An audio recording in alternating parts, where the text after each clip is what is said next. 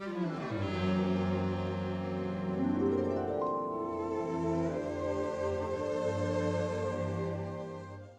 many high schools in Utah are able to boast a century of history and tradition.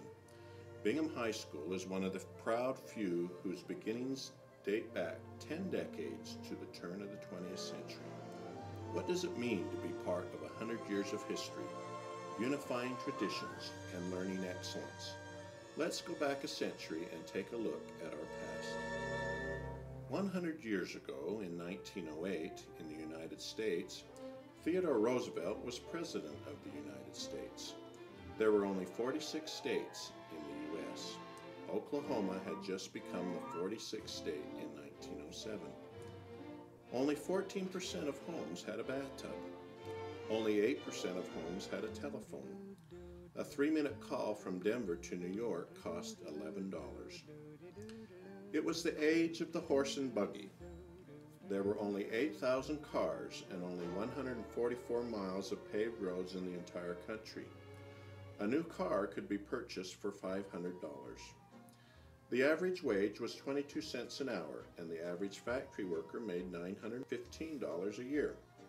A gallon of milk was 32 cents. Sugar was 4 cents a pound. Eggs were 14 cents a dozen, and it cost 2 cents to mail a first-class letter. The new look for women was represented by the Gibson girl. 1 in 10 adults could not read, and only 6% of all Americans graduated from high school. To get a feeling of what Bingham Canyon was like 100 years ago, I recently took a trip up to the Bingham Copper Mine. I was especially curious to see the spot where our high school had its beginnings, and what it looked like a century later. The world's largest copper mine has engulfed the towns of Bingham Canyon, and Bingham Canyon itself is being filled in by the mine waste dumps. Under hundreds of feet of mine overburden, I could picture in my mind's eye the building in which Bingham High School first started at the mouth of Markham Gulch. The very top of Markham Gulch could still be seen above the constantly increasing mounds of rock. 100 years have certainly changed the physical condition of Bingham Canyon in a very dramatic fashion. However, as I stood there watching the mining activities taking place, I couldn't help but think of the many other ways that Bingham High School has changed since 1908.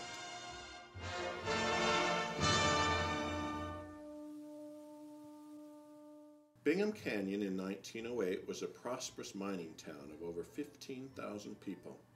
Because of its steep topography, Bingham had room for only one street. People joked that due to the narrowness of the canyon, dogs could only wag their tails up and down. Noisy, vibrant, and dynamic, Bingham was always a kaleidoscope of sound, sight, and activity. Trains with their whistles echoing throughout the canyon could be seen plying their way over the terraced mountain slopes, or canyon-spanning bridges on their way to the waste dumps or mills. Their presence made evident by the roar and smoke from the steam engines, the sparks from the electric engines' pantographs, or the squealing brakes from the ore cars trailing behind. Bingham was a town inside a mine, and the daily ground-rattling blasts and the accompanying noise, dust, or smoke was an expected occurrence. Spread out from the narrow 20-foot wide Main Street and perched all the way up the sides of the canyon walls were the frame houses, shacks, shanties, apartments, and mansions that housed the town's inhabitants. The limited space left little room for yards, and the ever-present wooden cribbing protected property from the constant threat of rock slides. Floods of immigrants came to Bingham Canyon from all over the world to work in the mines, making Bingham a melting pot of cultures.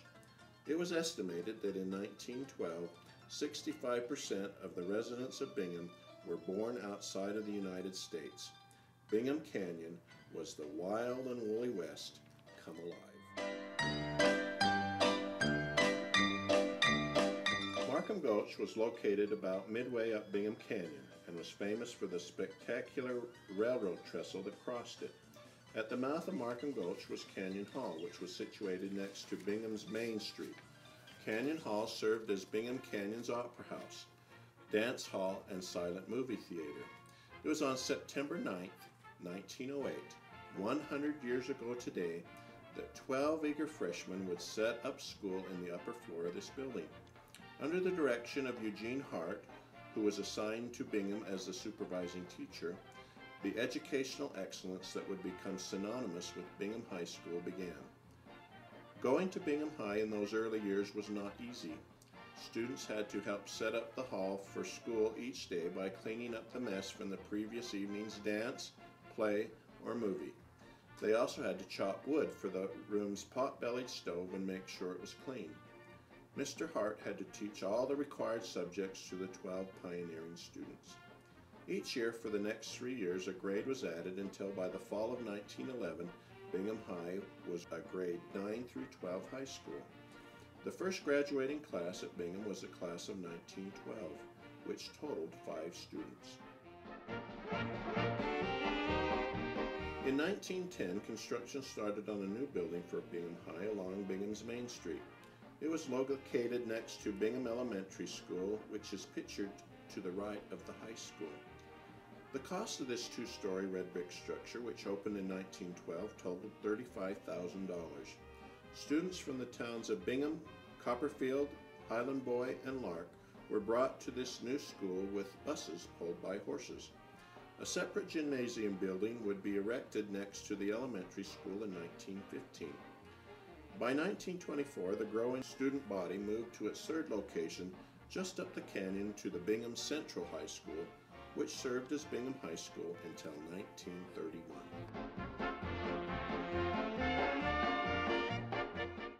Those early Bingham miners were eager to learn and participate in as many activities as possible. Bingham fielded its first sports team in football in 1910. This was no small feat considering there were only 30 to 40 students enrolled in the entire school. Despite the fact that students had to harden and smooth a field next to the elementary school every week, visiting teams continually complained that the field was rocky and tilted. Since we knew where all the rough spots were, we had a great home field advantage. Despite that advantage, the football team was disbanded at the end of the year with a 2-3 record, and we would not play again until 1925. We organized our first basketball team in 1915 with the completion of the gymnasium. We have played basketball every year since. Students were so anxious to learn auto mechanics that in 1921 they built their own shop on an abandoned mining dump. Alta Miller, who was the student body president in 1922, did not have enough money to afford a typewriter. So anxious was she to learn typewriting skills, she cleverly devised a system to use the school's typewriters on the weekends. The location of the second floor type room in the back of the school, just a few feet from the mountain cribbing, was the key to her plan. Each Friday after class concluded, she would unlatch the lock on a type room window. On Saturday, when she returned to the school, she climbed the cribbing on the mountainside directly in back of the type room. Taking some 2x4 wooden boards that had been previously placed in the cribbing, she laid them flat between the cribbing and the windowsill. Then she simply walked across the boards, climbed through the window, sat down at a typewriter, and caught up on her assignments.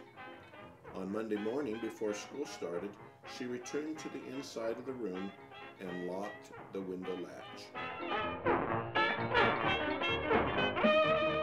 Norma Olson Nichols, student body president in 1927, was so proud of Bingham High School that she spearheaded the effort to put a Block B for Bingham on the side of the Oka Mountains.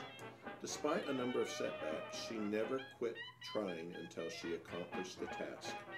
In the spring of 1927, Norma and a group of eager students formed and whitewashed that B. We have whitewashed the B ever since. During the years that the high school was located in Bingham, many traditions were started. From its beginning, Bingham's colors were royal blue and white, and it was only natural that our nickname be the Miners. Bingham's first yearbook was published in 1918. At first, it was called the Medal, but this name was later changed to the Coppertonian, the name we use today. The student newspaper also had its inception at this time and was first called the Apocalypse, Arrow, and later Coppertonian. However, this name was later changed to Highlights and then to the Prospector to avoid confusion with the yearbook. With the coming of World War I, Bingham's miners showed their patriotism and true spirit as they joined the armed services in large numbers. In 1918, Bingham High School English teacher Inez Todd King wrote her impressions of Bingham's miners as some of her students marched off to war. A year ago, some of the boys of the class of 1917 responded to the nation's call for men. We walked with them to the depot to tell them Godspeed. As I looked into their faces, my thoughts went back over the time I had known them. It did not seem possible that these calm, quiet men were the boys who, but yesterday, had been eagerly looking for some new prank with which to astonish their fellows. They stood there, shoulders square, heads up, eyes bright, the spirit of the mining camp made flesh and blood. Beside them stood the boys and girls who had been playmates and companions in the childhood which had vanished forever. In their faces was no sign of hysteria. Each wore a smile, a little tremulous perhaps, but nevertheless courageous. The class of 1917 sent its forces away with a smile, and so man and women, it had won its first great battle of life, the fight for self-control and self-forgetfulness. God bless them all.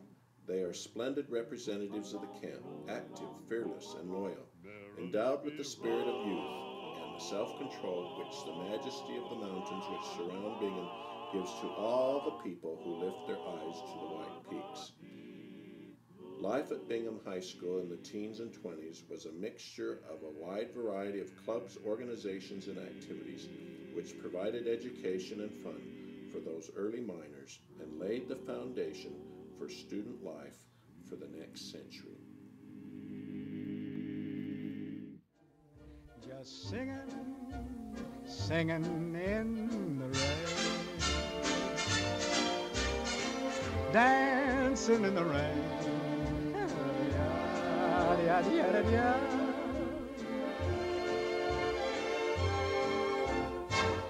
I'm happy again.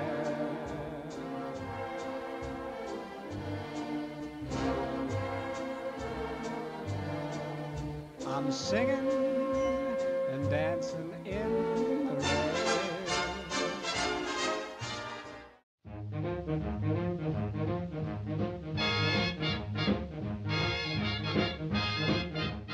As Bingham High moved to its third and fourth decades in the 1930s and 40s, the stock market crash of 1929 would result in the darkest time in U.S. economic history. As the Great Depression took its toll on our country, residents of Bingham Canyon faced an important decision: whether to spend money for a badly needed new high school building or not. After a bitter fight, the town's citizens decided to build a new Bingham High at the mouth of Bingham Canyon in the town of Copperton. This fourth Bingham High opened in the fall of 1931, in the middle of the Depression. This beautiful building would house Bingham High School for the next 44 years. We would move next in 1975 when we came to South Jordan. Funds were so short the first year that the school was in session at the Copperton Bingham High School that Bingham High and the schools throughout the Jordan School District had to close in March. Showing the true miner spirit of educational excellence, most of the class of 1932 returned the next year to earn their high school diploma.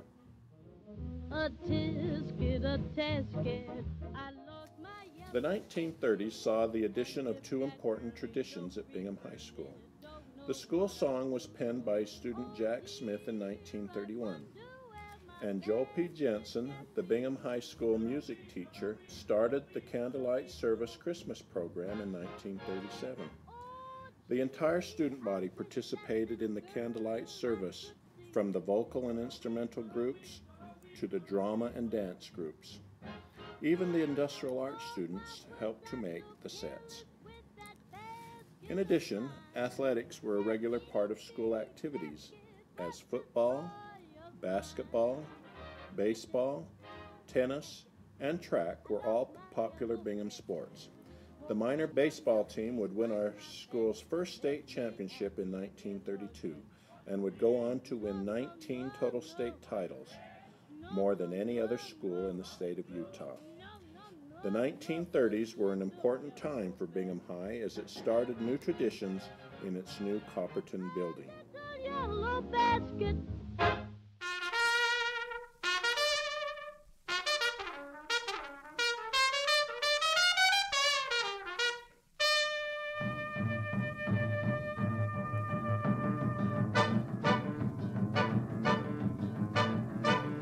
He was a famous trumpet man from out Chicago way.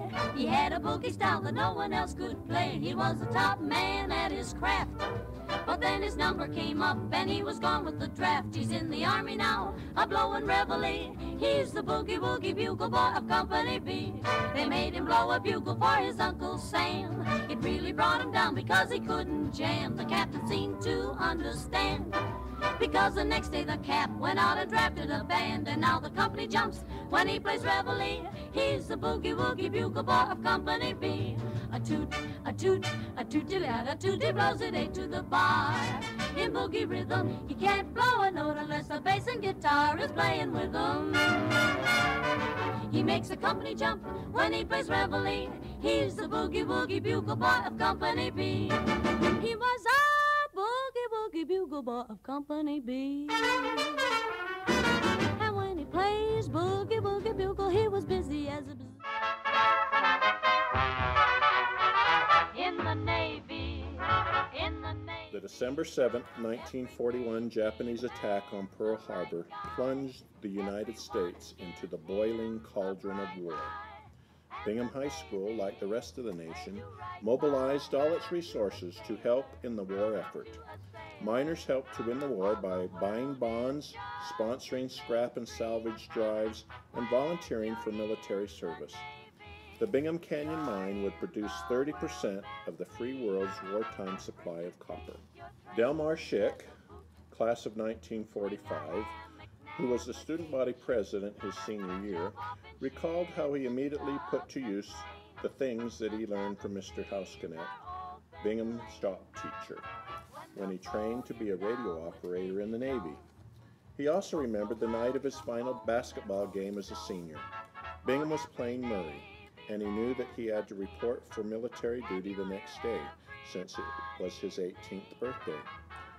Bingham was winning the game by a comfortable margin, so Coach Sonny Alsop took him out with a few minutes left. The crowd gave him a standing ovation. Then after the game, his teammates hoisted him on their shoulders and paraded him around the floor. Carrying him were Germans, Japanese, Mexicans, Greeks, Serbs, Italians, and Basque. He would never forget how emotionally tough that experience was on him. In 2002, nearly 60 years after Delmar Schick left Bingham High, he and other minor servicemen who left Bingham to serve their country would receive their Bingham High School diploma in an emotion-filled homecoming assembly that will never be forgotten. The 1950s and 60s were decades of economic prosperity in the United States. The same was true for Bingham Canyon and its world-famous copper mine. The prosperity and expansion of the mine, coupled with the post-World War II baby boom in the southern part of Salt Lake County, would create major changes for Bingham High School. Starting with the Bingham Canyon mining towns of Copperfield and Highland Boy in the 1950s, and Bingham itself in the 1960s, the towns of Bingham Canyon were slowly being wiped off the map by the ever-increasing size of the copper mine. The direct result of this mining expansion was continuing decrease in the student population as families were forced to leave Bingham Canyon. After an intensive study, the Jordan School District Board voted in 1957 to change Bingham High's boundaries to include all students living west of the Jordan River in the towns of West Jordan, South Jordan, Riverton, Bluffdale, and Harriman, who had previously attended Jordan High School. There was a great deal of resistance to this sweeping change. Parents in the valley signed petitions protesting the boundary adjustment, and 27 parents, mostly living in the city of South Jordan, refused to let their children attend school on registration day. To some, Bingham brought forth images of a rowdy mining town. Nevertheless, the students from the valley were welcomed and soon felt right at home traveling up Bingham Canyon to Copperton. The farming culture and the traditions of the valley students added valuable ingredients to Bingham's rich melting pot of cultural diversity. Mixing the valley farmers and the canyon miners was a recipe for success that produced a dynamite combination. Soon Bingham added the Harvest Ball to its calendar of dances, the Future Farmers of America to its clubs, and the Farm Mechanics Building to its shop area. The melting process would be completed by 1960 when the combined efforts of the Valley and the Canyon students won Bingham its first state basketball championship. An important addition to Bingham High traditions in the 1950s was the school hymn, Dreams of Bingham High. The music was composed by Lowell Hicks, the Bingham music teacher at the time, and the words were written by Robert Knotts, an English teacher. The hymn was not intended to replace the school song, but was written so that students had something more solemn to sing at functions like graduation and the conclusion of assemblies. Now let's take a look at life at Bingham High School in the 1950s and 60s.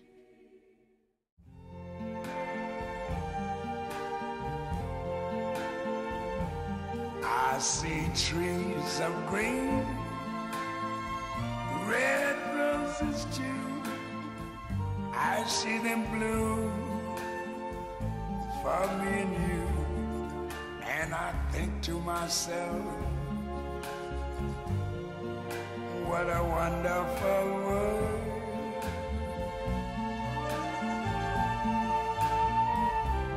I see skies of blue and clouds of white, the bright blessed day, the dark sacred night.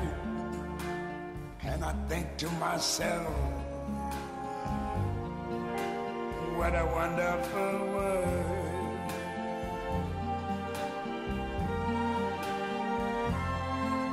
The colors of the rainbow, so pretty in the sky, are also on the faces of people going by. I see friends shaking hands, saying, how do you do? They're really saying, I love you. I hear babies cry, I watch them grow.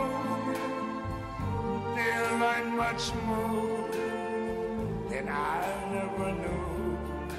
And I think to myself, what a wonderful world. Yes, I think to myself, what a wonderful world.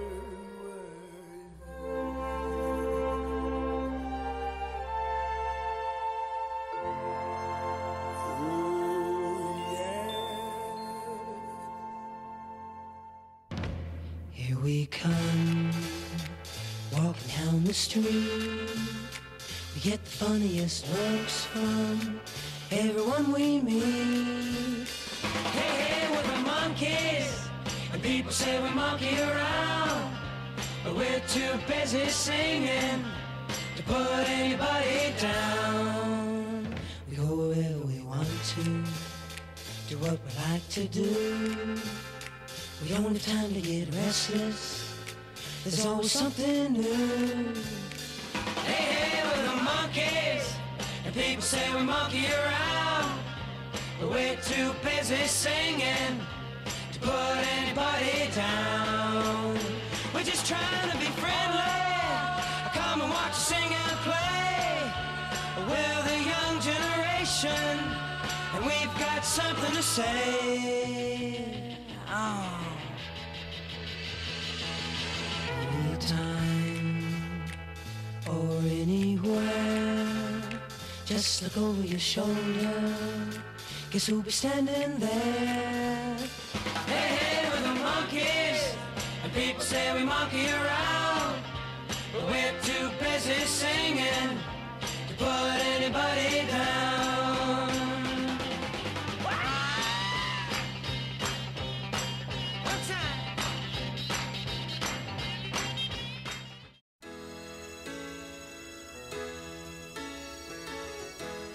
As a result of the population growth in Salt Lake Valley's southwest section in the 1960s, Bingham High grew from 231 students in 1957 to 934 pupils in 1971.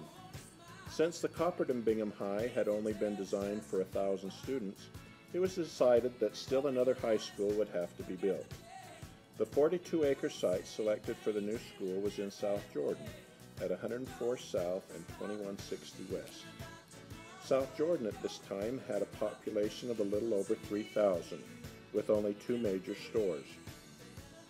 The future site of Bingham High School was surrounded by farmland, with only a few houses on 104 South, which in 1975 was a street that forded the Jordan River with a single-lane bridge and dead-ended at 32nd West and had only recently been paved west of 22nd West. There have been some discussion of starting a new school with a new name and new traditions. However, with the urging of a united student body and faculty, the school board decided to retain the name of Bingham High School. The 5th Bingham High School was erected at a cost of nearly $11 million and was designed as a model school with an open classroom plan that was faddish at the time. When the new Bingham High opened its doors on September 2, 1975, with 1,246 students, construction was far from complete. Carpet had to be laid, ceiling tile, the auditorium seats, and the lights had to be installed. The heating and air conditioning equipment was far from being finished, and wiring, painting, and other inside work had to be completed. Regular schoolwork was delayed a week so contractors could sufficiently clean up the building for students to attend classes. For the year's first assembly, everybody, one class at a time, had to sit on the cafeteria floor or on rolls of carpet that were waiting to be installed. For the first few weeks, all PE classes had to be held outside because the floor in the gymnasium was still being laid, and students had to bring their own lunches to school because the kitchen facilities in the cafeteria were still being finished. At the first assembly in the auditorium, which was a rock concert, the student body sat on boxes or carpet rolls and had to fight the dirt and dust of the continuing construction. School was rather hectic the whole first year. Construction crews worked around students, and faculty members tried to make the best out of a difficult situation. One teacher at the high school that first year remarked she got to know the workmen better than some of the faculty members because they were around so much. Teachers braved the move to South Jordan, endured the construction inconveniences, and taught for years without classroom walls because they all wanted to be Bingham Miners. One daring young man decided to take advantage of the spacious main hallway by converting it into a motorcycle racetrack. His friends made a bet contending that he could not race his motorcycle down the length of the hall without getting caught. Taking on the wager, he revved up his engine on the south side of the hall and took off towards the doors on the north. His plans went awry when he got going so fast that he lost the nerve to continue out the north doors without stopping. Slamming on his brakes as he approached the exit, he left a 25-foot skid mark on the carpet. Although he managed to get out of the building by pushing his motorcycle out the door, he soon found himself in school administrative custody. Luckily, no one was hurt, and carpet layers still working in the building could patch the damaged floor. For some Bingham teachers, team teaching and the open plan worked well. However, for others, traditional methods of instruction seemed to work better. It was difficult for traditional teachers to keep the attention of their students when 4 or 5 other teachers were conducting class in the open area, called a pod, around them. Barry Leto remembered the day he was teaching a science class in the new building, and suddenly some of his students startled the entire pod by screaming. Anxiously looking around the class, he tried to determine what the problem could be. He soon discovered the source of the anxiety. Some frogs had escaped from the class next to him by hopping around the 5-foot portable folding divider. Old traditions were continued and new traditions were added at the new Bingham High School in South Jordan. Since a successful miner is one who strikes pay dirt, the Pay Dirt Club was organized in 1976 to honor successful miner graduates. The Pay Dirt Club is Bingham High's version of the Hall of Fame. Bingham students symbolically begin each year with a reenactment of a miner's search for pay dirt. Donning a miner's hat and using an old double jack and a drill bit, students drill a rock taken from Bingham Canyon. Reminiscent of the homecoming bonfires in the early Bingham years, a tradition started at the new school was of burning a large block B wrapped in rags. It is burned twice a year at homecoming and graduation. Other traditions added in the 70s and 80s included naming Bingham's mascot, Melvin the Miner, lighting the Bingham Victory Light for special occasions like state championships, the pinning ceremony instituted to recognize miners' outstanding accomplishments, and the addition of stadium lights in 1988. In addition, women's athletics made their debut in the 1970s and new sports were added to men's athletic competitions. The 70s and 80s at Bingham High were a time of transition and growth. These are the images of 2 exciting decades of Bingham miner activities.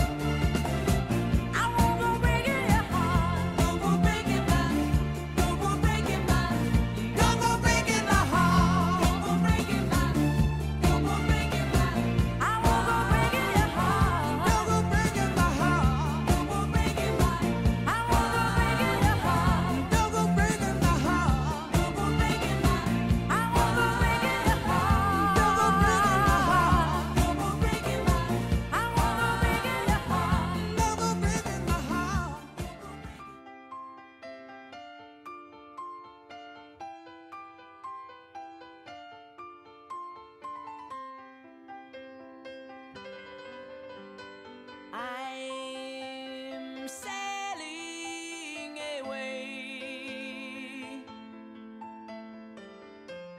set an open course for the virgin sea, 'cause I've got to be free, free to face a life that's ahead of me. On board, I'm the captain, so climb aboard.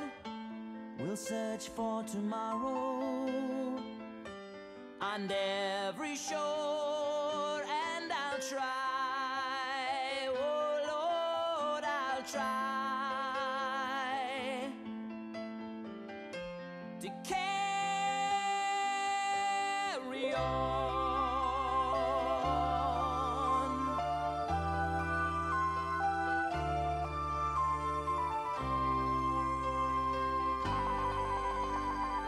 I look to the sea, reflections in the waves spark my memory. Some happy, some sad. I think of childhood friends and the dreams we had. We lived happily forever, so the story goes. But somehow we missed out on the pot of gold. But we'll try best that we can to carry on.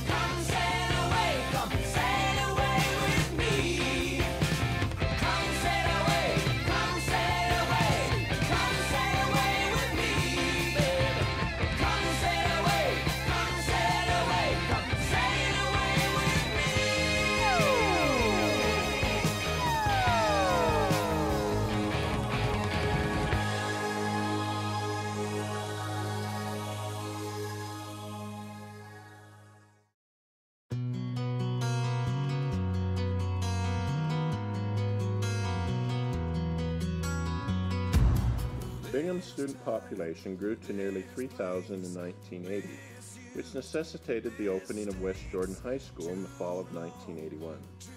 Enrollment continued to explode in the 1990s, making Bingham the largest high school in the state of Utah by the middle of the decade. The opening of Copper Hills High School on the new Bingham Highway in West Jordan in the fall of 1995 helped reduce the crowded conditions at Bingham. However, Bingham's population would again grow to over 3,000 in 1999 when Riverton High School opened. The new Riverton School reduced Bingham's student body by almost a half. Nevertheless, continued growth in the first decade of the new century would result in yet another school, Harriman High, to be constructed to relieve Bingham's as well as Riverton's student population.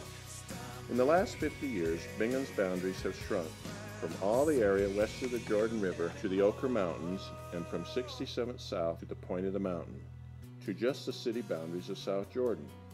And in Bingham's original area, there will soon be 4 high schools, all originating in whole or part from Bingham High School. The 90s and aughts brought numerous improvements to Bingham's physical plant, including the remodeling of the gymnasium and stadium, with the addition of the new weight room, outside restrooms, team rooms, and a new stadium, turf field, and the remodeling of all the academic areas, cafeteria, library, and the addition of new classrooms between the main building and gymnasium, as well as in the library.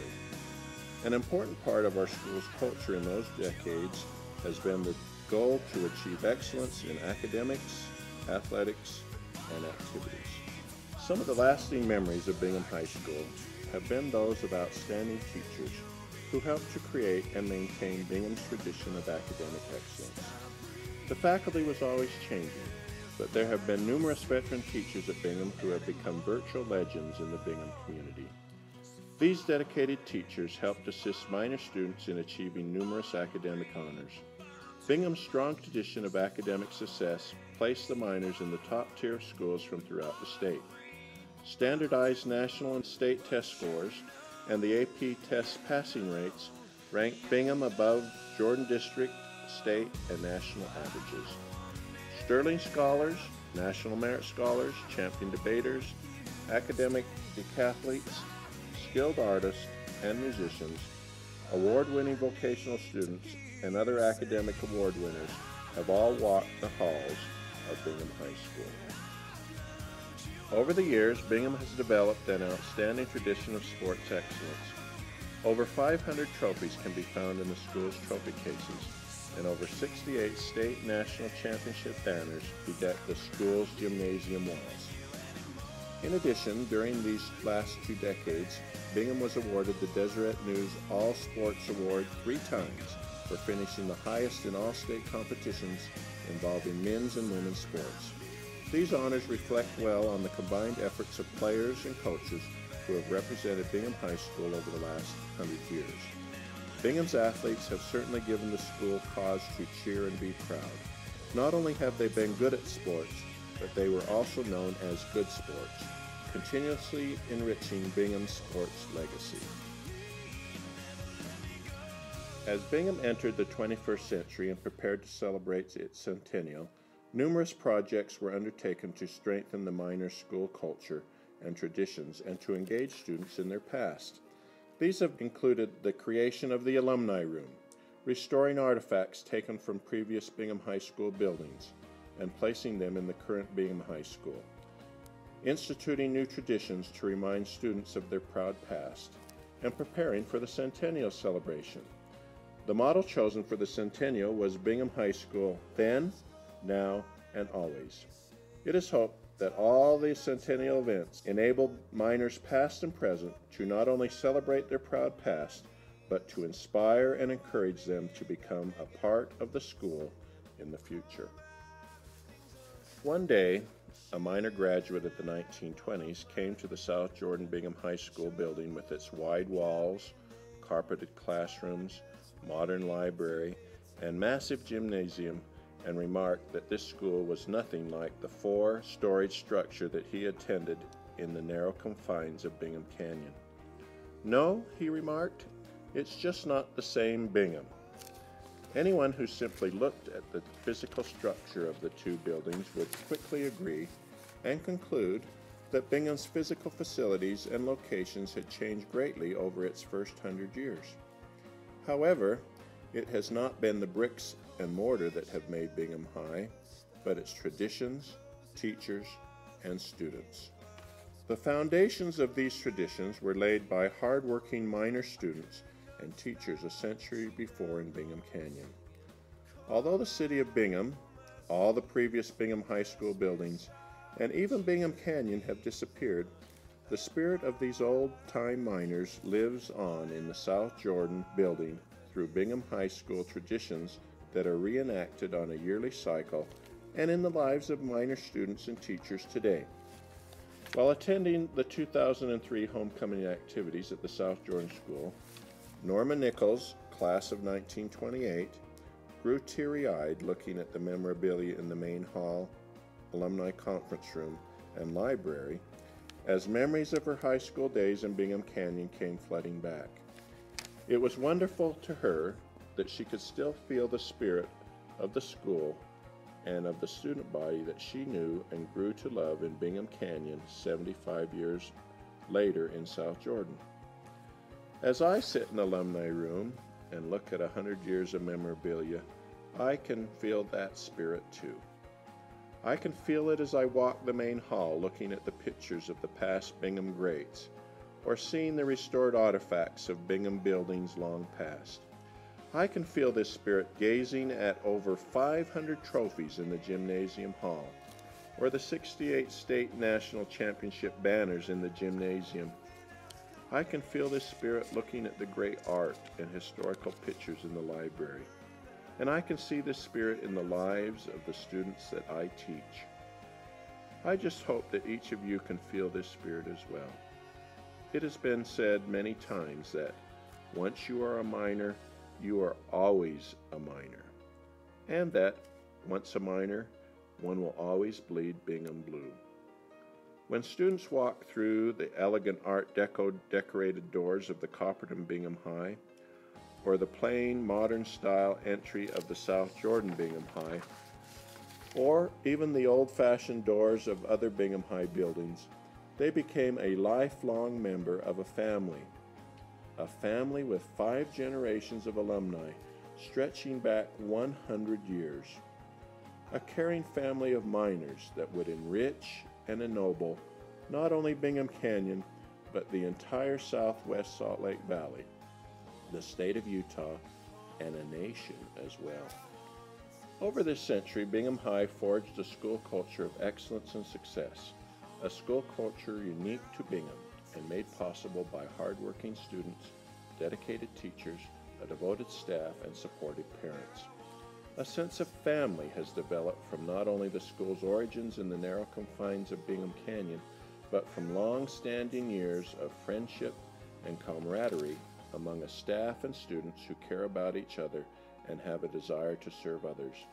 In addition, a supportive community and loyal alumni have all helped to make Bingham High the school it is today. Now, as Bingham stands at the dawn of its 2nd century, it is not only fitting and proper that miners, young and old, pause to celebrate. In doing so, they can celebrate and reflect on a century that saw their school move to 5 different locations, yet retain its same spirit and pride. They may reflect on 100 years of history and unifying traditions, 100 years of caring and inspiring teachers, of sports triumphs and disappointing defeats. They can reflect on 100 years of learning and academic excellence, 100 years of activities promoting spirit and pride, and of organizations developing talents and building character. And yes, they can reflect on 100 years of memories. Memories of moments of glory and of times of sadness, of friends and events in a time and place now past. Memories of a family of Bingham miners that was born in that great melting pot of an old west mining town no longer standing. And they can reflect upon a legacy and tradition that transformed Bingham High School from its mining town beginnings, with a school in the narrow confines of Bingham Canyon, to a school with a commanding presence in the middle of a growing suburban city of South Jordan. Memories that will enrich the lives of Bingham's sons and daughters forever. Just like the many kinds and grades of ores and minerals that have been taken from Bingham Canyon to materially build America, Bingham High School has produced a family of many exceptional sons and daughters who have made great contributions to build the heart and soul of America. This is what has made Bingham High one of a kind, and has contributed to the fact that Bingham's sons and daughters, whether they actually lived in Bingham, have graduated from Bingham, or just adopted Bingham, will always proudly claim that they are Bingham miners. In doing so, they have become part of a school that has had a blast of the past and one that looks forward to a dynamite future. A school where the saying is always true: it's a great day to be a miner. I will reign and the world will notice again. Oh yeah, yeah. Darkness, I'll shine a light, shine a light, and mirrors of success reflect in me. I'm that star up in the sky, I'm that to become. I made it. I'm the world's greatest. I'm that little bit. I'm that little bit. Oh yeah. I can feel it, feel it. I'm the world's greatest. Whoa, I'm that star up in the sky. Oh, yes, I am. I done made it. I'm the world's greatest. And I'm that little bit of hope, yeah. Oh, when my back's against the wall, I can feel I'm the world's greatest. I saw the light and I'm that star up in the sky.